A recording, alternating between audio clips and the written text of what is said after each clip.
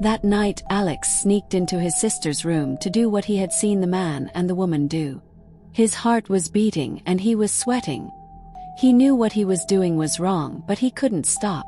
At this point, he hated the name virgin boy they called him at school. He wanted to be a man. As Alex snuck into his sister's room, his heart racing with anticipation and fear. As night fell, Alex lay in bed. Alex sat at his desk, trying to focus on the math lesson. But it was hard to concentrate when the boys around him were snickering and teasing. "Hey Alex, have you seen a blue film?" one of them asked, grinning. Alex shook his head, feeling his face grow hot. "No, I don't know what that is." The boys burst out laughing. "You're such a baby," one of them jeered, pushing Alex's shoulder. "You don't know what blue film is." Alex tried to ignore them, but it was hard. They kept teasing him, calling him names and excluding him from their games. At recess, things only got worse. The boys pushed Alex around on the playground, laughing and shouting. Alex tried to stand up for himself, but he was outnumbered. Just when it seemed like things couldn't get any worse, one of the boys sneered at Alex and said, "You're missing out, man. Blue film is the best." Alex felt a surge of curiosity. What was this blue film that everyone seemed to know about but him? As the days went by, the teasing only intensified. Alex began to feel like an outcast, like he was the only one who didn't know some secret. And then one day, Alex's parents gave him a phone. As soon as Alex got his new phone, he felt a sense of excitement and belonging. He quickly set it up and started exploring the different apps and features. The next day at school, Alex's friends noticed his new phone and started teasing him again. "Hey Alex, now you can watch blue films like the rest of us," one of them joked. Alex felt a surge of curiosity and embarrassment. He didn't know what blue films were, but he didn't want to seem like a baby in front of his friends.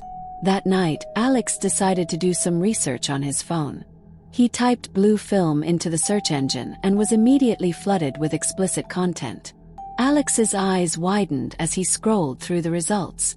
He had never seen anything like this before. Suddenly, he heard a noise behind him. It was his little sister, Emma, who had snuck into his room. "Alex, what are you looking at?" she asked, climbing onto his bed. Alex quickly tried to hide the screen, but Emma had already seen something that made her look confused and scared. "Alex, why are those people doing that?" she asked, her voice shaking. Alex didn't know what to say. He felt embarrassed and ashamed. But then he had an idea. "Let's go ask Mom and Dad about it," he said, trying to sound calm. But as they walked downstairs, Alex couldn't shake off the feeling that he had just made a big mistake. Alex tried to convince Emma that what she saw was no big deal, that it was just something people did when they were older. Emma looked unsure, but Alex could tell she was curious. As the days went by, Alex found himself watching more and more explicit content. He felt a mix of emotions, guilt, shame, but also a twisted sense of excitement. That night, Alex sneaked into his sister's room to do what he had seen the man and the woman do.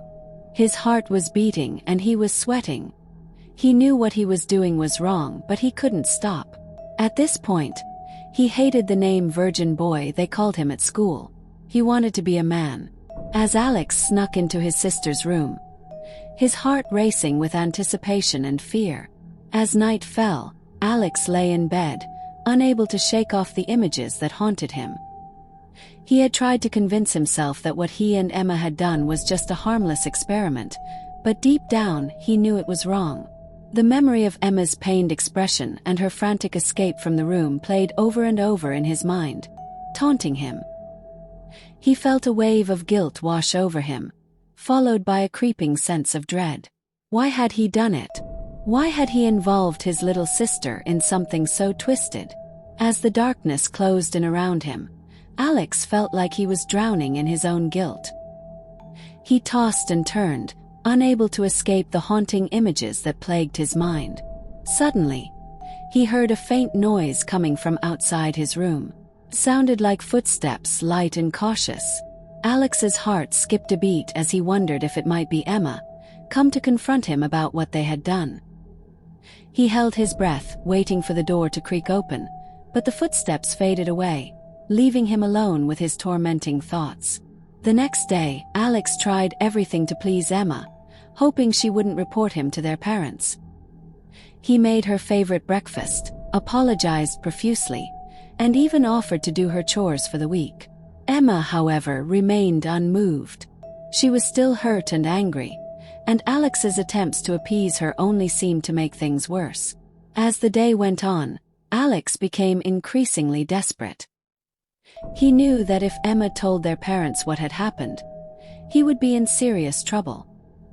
He tried to convince Emma to forgive him, promising that it would never happen again. But Emma just shook her head, her eyes cold and hard. "I don't trust you, Alex," she said. "And I don't know if I ever will again." Alex felt a wave of despair wash over him. He knew he had messed up badly, and he didn't know how to fix it. Emma, still shaken by the previous night's events, tried to muster up the courage to tell her parents what had happened. But every time she tried to approach them, they were too distracted to listen.